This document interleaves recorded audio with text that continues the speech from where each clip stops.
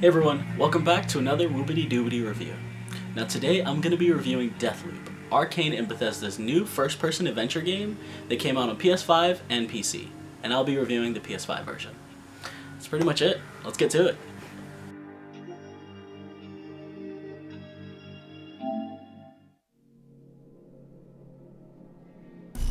Deathloop is a first-person action-adventure game on some remote island that's stuck in a time loop.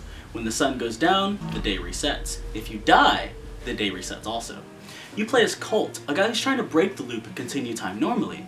But you can also play as Juliana, whose goal is to protect the loop by killing Colt in some PvP multiplayer action. Oh, what was that? That was one ridiculous nightmare. I gotta stop drinking.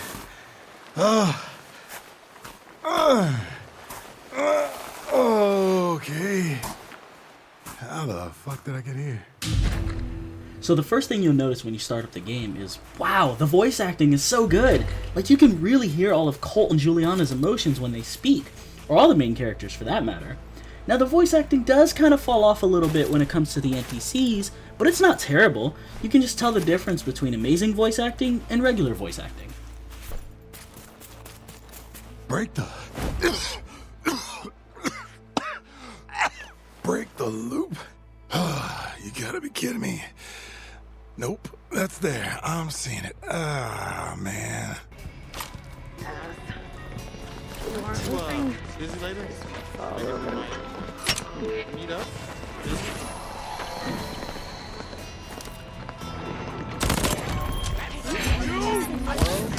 Come here! We need blood!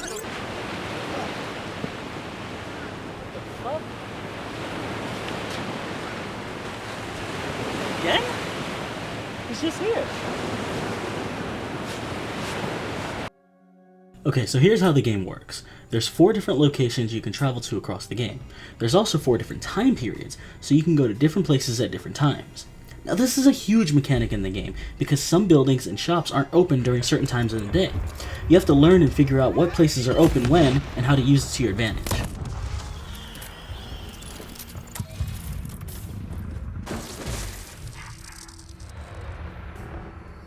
Now for instance, there's a shop in the game that is open in the morning, but in the afternoon it's burnt down. So for you to access the building at night, you have to prevent it from burning down in the first place.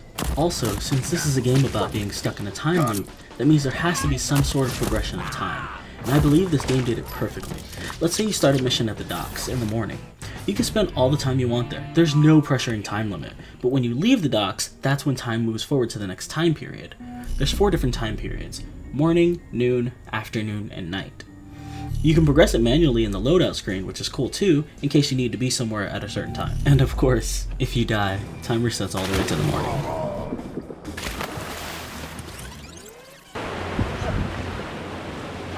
I can't swim? What the heck? Why can't I swim? Here's a quick rundown of the story with no spoilers. You play as Colt, a man who's trying to break the time loop that you're stuck in. To break the loop, you have to kill 8 certain targets in one day. They know you're coming to kill them, so they went into lockdown in all different parts of the island. So it's your job to find clues, mess with the timeline, to figure out how to kill all 8 in one loop. All while avoiding being killed by the real player Juliana, who's invading your game and hunting you down.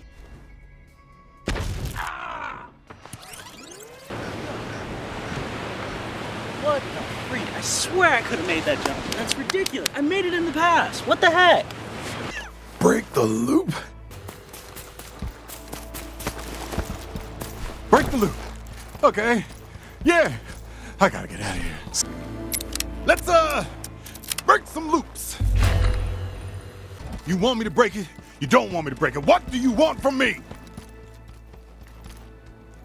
Okay. It's been a pretty shitty morning. Or 2, so I'm done.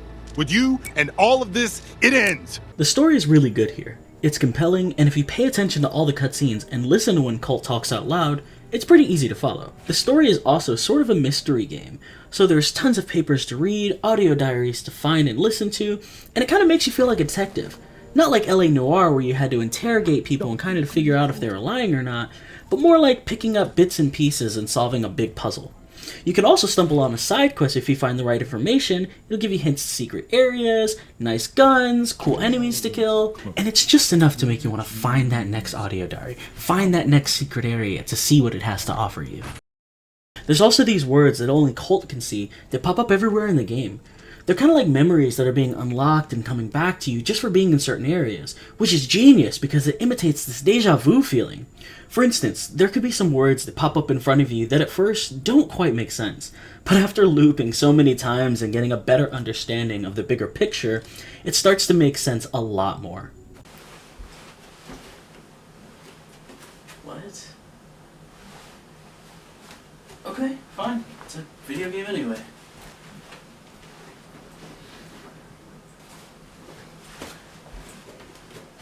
What? No. I'll be fine. Nice.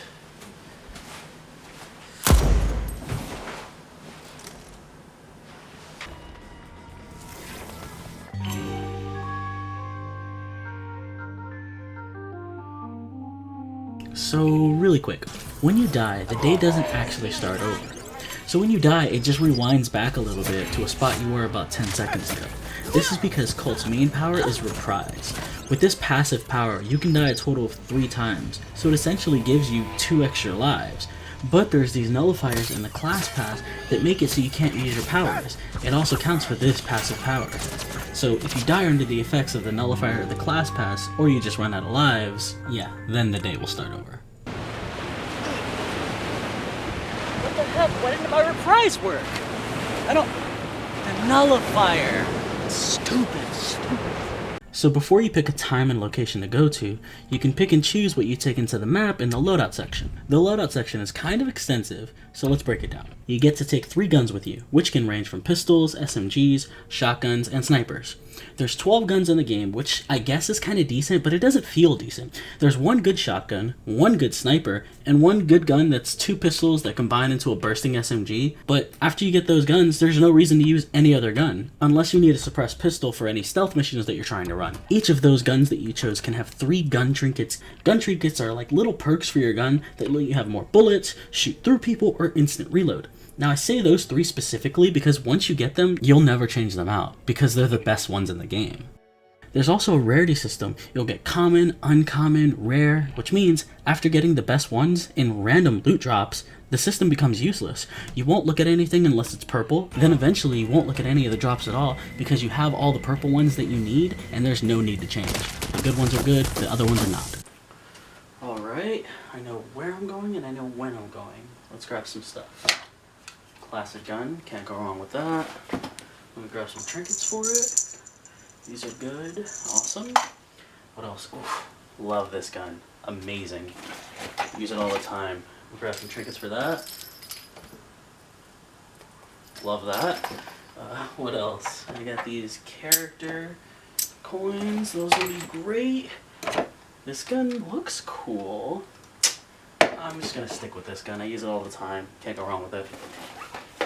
Gotta get some gun perks, gun trinkets. They're not cat toys. Alright, and my 2 powers. Awesome. Throw that in there. Ooh, my outfit. Alright, nice. I'm all loaded up. Let's break some loops. Then you get to choose 2 powers to take with you. The powers are all drastically different and warrant different styles of play. There's teleport, invisibility, telekinesis, and the power upgrades just make the powers so good, like being invisible forever as long as you don't move, or throwing someone in the air only to slam them back down into their buddies feels great. They did amazing with the powers. The powers are by far one of the best parts of the game. And finally, you'll be able to take 4 different character perks with you. And these can range from having more health, or double jump, or being able to hack mines. Now they have the same rarity system, so remember, once you get those 4 good, very rare ones, you won't look at any drops anymore, even if they're purple. There's also a grenade that can be a normal grenade, a trip mine, or a proximity mine. You can change it on the fly, which is actually a really cool idea and it's very unique. The only reason I don't use it that often is because the gunplay is really good and I normally kill people from afar. I never really have to use the grenades. I did use them in PvP though, to use them as mines and throw the other person off. Oh, and I almost forgot, you can also change your character's outfit, but you only get them in PvP, so you have to do PvP to get these outfits. Here are the couple that I have. With all those loadout options, it sucks that I can't create a class like, this is my stealth class for stealthing, and this is my sniper class, and I have all the perks for sniping and stuff. It really makes it so you kind of have to have a jack of all trades class, and then here and there take off a couple things and switch them out, just so you can actually have a class that kind of works with what you're doing, without having to switch every single perk and every single gun and every single gun perk. I don't know, I just think it's stupid. I think they really should have a class system. And oh my god, can we talk about the cursor?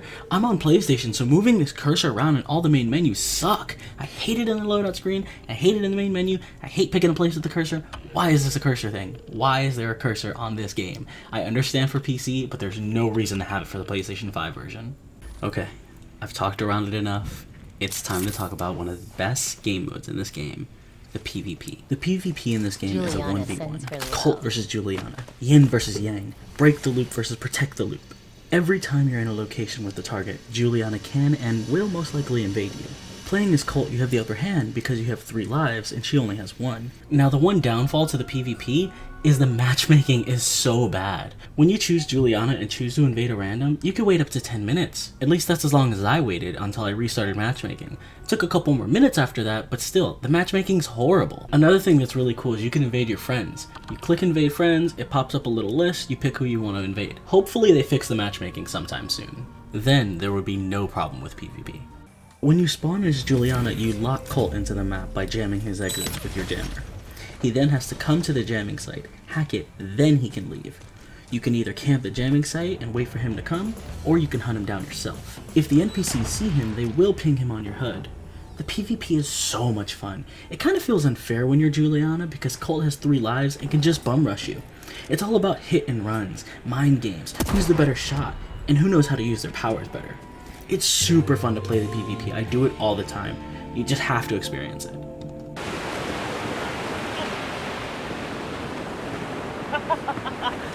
Oh, I got a gun now. Oh, okay. He's done. Residium. Another thing in this game that reminds me of Dark Souls.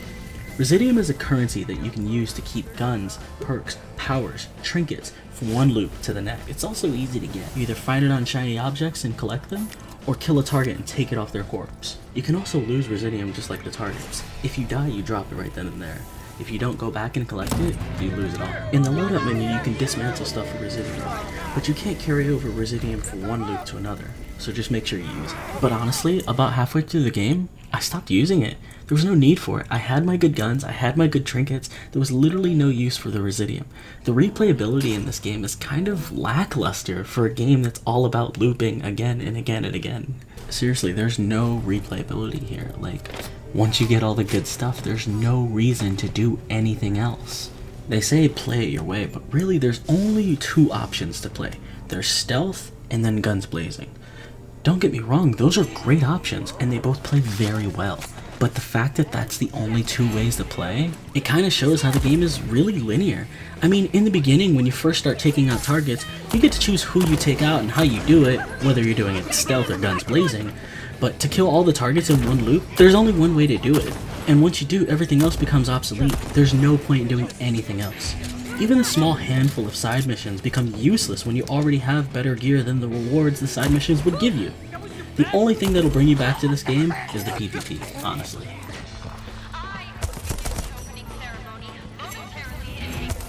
Yes, let the invasion begin. I'm gonna destroy you, Juliana. You're going down. No!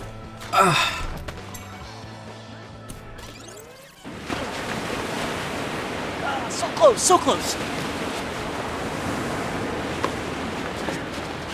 Almost forgot. One small detail that I really like is the physics and continuity. If you break a window in the morning, that entire loop, that window is broken. The glass is on the floor. It's really cool. It's a very small detail I noticed, but I think it's really awesome.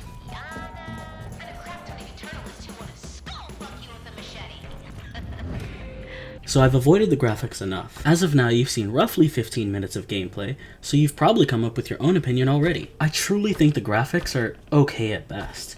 The character model in the loadout menu is beautiful, but when you're playing it, you never see it. Also, the NPC character models are just passable. They aren't bad, but they aren't great either. Now the guns look amazing, and the lighting is perfect. With reflecting off the guns and other environments, the lighting can't get any better than this.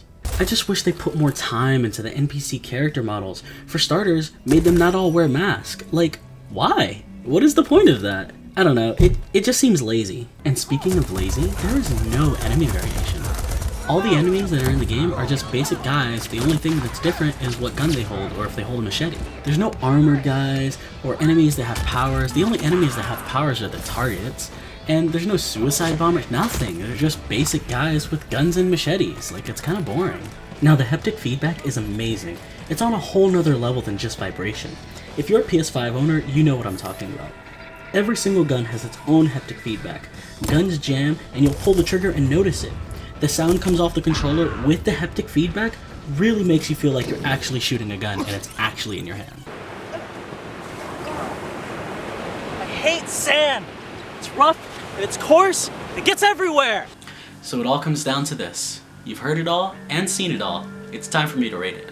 I give Deathloop an 8 out of 10. It's a great game. The story is fun and exciting, the gameplay is exhilarating with the powers and guns making a perfect mix, but the fact that there's no replayability and there's no different enemy types makes the game get boring really quick. The PvP is fun, but the matchmaking needs to be fixed, so I give it an 8 out of 10. But what does an 8 out of 10 mean? How much is it worth? Honestly, I'd say 50 or 60 bucks. I love this game, but I wouldn't spend more than that. But that's pretty much it. Oh, and remember, for every like this video gets, a cult near you breaks the loop. Make sure to comment what you guys think, and definitely subscribe for more. Until next time. Hey everyone, my name's... No. Try again.